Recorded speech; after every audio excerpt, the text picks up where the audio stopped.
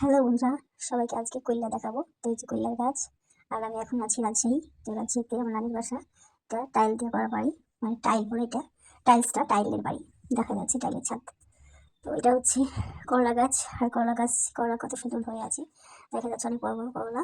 এটা হচ্ছে করলা গাছ। এটা ব্যাক সাইডে লাগানো আছে, বাড়ির ভিতরে চলে গেছে, গাছের মধ্যে করলা ধরে আছে। এটা হচ্ছে পুরো করলা গাছের ভিউটা দেখালাম। ওপারে যেটা আছে একটা ডালিম গাছ, আতা গাছ। আর এই পাশ দিয়ে লেক হবে, তো লেকের জন্য খোঁড়া হয়েছে, মানে গর্ত করা হয়েছে। তো গর্ত পাশ দিয়ে গাছ গাছালি লাগানো আছে। তো এবার আমি দেখাবো বেগুন গাছ, কিন্তু বাসার সব শাকসবজি খাই। এই যে বেগুন গাছগুলো দেখতে পাচ্ছ, তো এইখানে বেগুন হয়েছে, ছোটো ছোটো বেগুন। প্রত্যেকটা গাছে বেগুন ধরেছে, সুন্দর বেগুন, কাটা বেগুন, খুব সুস্বাদু, খুব স্বাদ লাগে। তো এই হচ্ছে বেগুনগুলো, এই যে অনেকগুলো বেগুন গাছ। সব এই লেকের ধার দিয়ে, মানে লেক করা হবে এটা। তা আপাতত ডাস্টবিনের মতো করা আছে। তো এই যে বেগুনগুলো আমি দেখাচ্ছি, এটা খুবই ভালো আর সুস্বাদু। এই গাছটা অনেক বড় বড় বেগুন ধরেছে, দেখতে পাচ্ছ। এই যে সে বেগুন গাছ, কাটা বেগুন। মজার বিষয় হচ্ছে গাছটা একবারে ছোটো গাছ, ছোটো গাছে বড় বড় বেগুন ধরেছে। গাছের থেকে বেগুনের ওজন বেশি। এই যে বেগুন, অনেকগুলো বেগুন ধরেছে, অনেক বেগুন গাছ। অনেক অনেক ধরনের গাছ আছে, তো বেগুন গাছগুলো বেশি।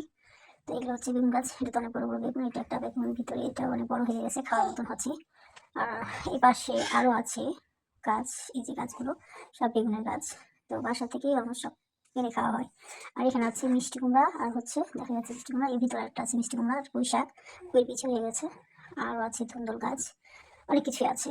তো এখানে অলমোস্ট একটা যে মিষ্টি কুমড়া দেখা যাচ্ছে, অলমোস্ট এখানে সবগুলাই কিন্তু সবজি বাসায় খাওয়া হয়। মিষ্টি কুমড়া, ধুন্দুল, তারপরে হচ্ছে পুঁই শাক, বেগুন, ঢেঁড়স, করলা। তো করলা পরে ঢাকায় বাসায় আমি বলছি কইলে। তো যাই হোক, আমার এখানে পিচ্চিটা খেলাধুলা করছে। এই যে বাচ্চা, এটা দুইটা বাচ্চা হয়েছিল, একটা বাচ্চা মারা গেছে, খাসির বাচ্চারা, এটা পাঠি। তো এখন বাচ্চা খেলা করতেছে। এই যে বিলাই দিয়া বিলাই, যাকে ঢাকাতে আমরা বলি বিড়াল, আমরা গ্রামে বলি বিলাই। যাই হোক, এবার সেই ছাগলের বাচ্চা দুধ খাওয়ানো হবে, আর ছাগলের দুধ দোয়ানো হবে। এই যে শুরু করে দিয়েছে দুধ দেওয়ানো। এটা হচ্ছে আমার মামাতো ভাই, আর এটা হচ্ছে আমার নানি। তো একটা বাচ্চা যেহেতু মরে গেছে, এবং দুধ বেশি হচ্ছে, দুধটা দোয়াই নিচ্ছে আর কি। দুধ মাসাল্লাহ আধা কেজি করে হচ্ছে এক বেলায়। দুই বেলাতে 1 কেজি করে হয় একটা ছাগলের দুধ। আর ছাগলের দুধে অনেক অনেক পুষ্টি, অনেক গাঢ় হয়, গরুর দুধের তুলনায় অনেক বেশি, দ্বিগুণ আর কি। তো কেউ যদি ছাগলের দুধ, মানে বান্ধা, মানে মানে সাধু ভাষা, বাংলা ভাষা, বান্ধা মানে হচ্ছে যারা প্রতিদিন খাবে, মানে পুরো 1 মাস 1.5 মাস, তো তাদের চেহারায় চেঞ্জ হয়ে যাবে, স্কিন গ্লো করবে, স্কিনটা অনেক সুন্দর হয়ে যাবে। তো এই ছাগল দুধটা দোয়ানো হচ্ছে, ছাগলটা খুব দুষ্ট, আমি ধরে বসলাম আর কি অনেকক্ষণ ধরে।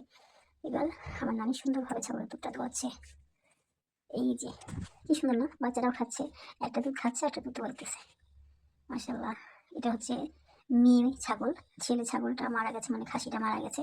এটা হচ্ছে পাঠি, একটা হচ্ছে খাসি, একটা পাঠি। আর এটা হচ্ছে মা ছাগল, যেটা দুধ দোয়ানো হচ্ছে। কি সুন্দর খাচ্ছে। আমার মা তো ভাইটা একটু মানে খাসিটা, তো এই জন্য হচ্ছে বারবার ছাগলটাকে খাইতে দিচ্ছে না। এই যে খাসিটা মানুষ, আমার খুব ভালো লাগছিল। অনেকদিন পর দেখলাম ছাগল দুধ দোয়াইতেছে, ছাগলের দুধ মাশাল্লাহ সেই একদম গাঢ় হলুদ মতো। আর পাশে দেখতে পাচ্ছেন অনেকগুলো হাঁস চড়াই করছে। ওরা খুব, মানে এখানে অনেক ধরনের, এই গ্রামে আসলে অনেক কিছুই পাওয়া যায়। এক গোবরের গন্ধ, তিজি পোকার ডাক, অনেক কিছু পাওয়া যায়। পাশে দেখা যাচ্ছে যে একটা ছোট পুকুর আছে, হাঁস খেলা করছে, গোসল করছে। আর এই যেখানে ধানের গাছ, আমি পোয়ালপালা, যেটা গরুকে খাওয়ানো হয়। তো আমার মামাদের গরু আছে, তো গরুর জন্য এই ঘাসগুলোর পাশে তাল গাছে বসা, তাল গাছের পাশে আমরা বসা আর কি। তো সবাই খুব এনজয় করি গ্রামে আসলে। এটা অনেকটাই গ্রামও বলবো না, শহরের মধ্যেই, সিটির মধ্যে। তারপরে একটা গ্রাম্য গ্রাম্য ভাব আছে, পাশে পদ্মা নদী, অনেক বড় পদ্মা নদী। তো সকলে ভালো থাকবেন, আসসালাম।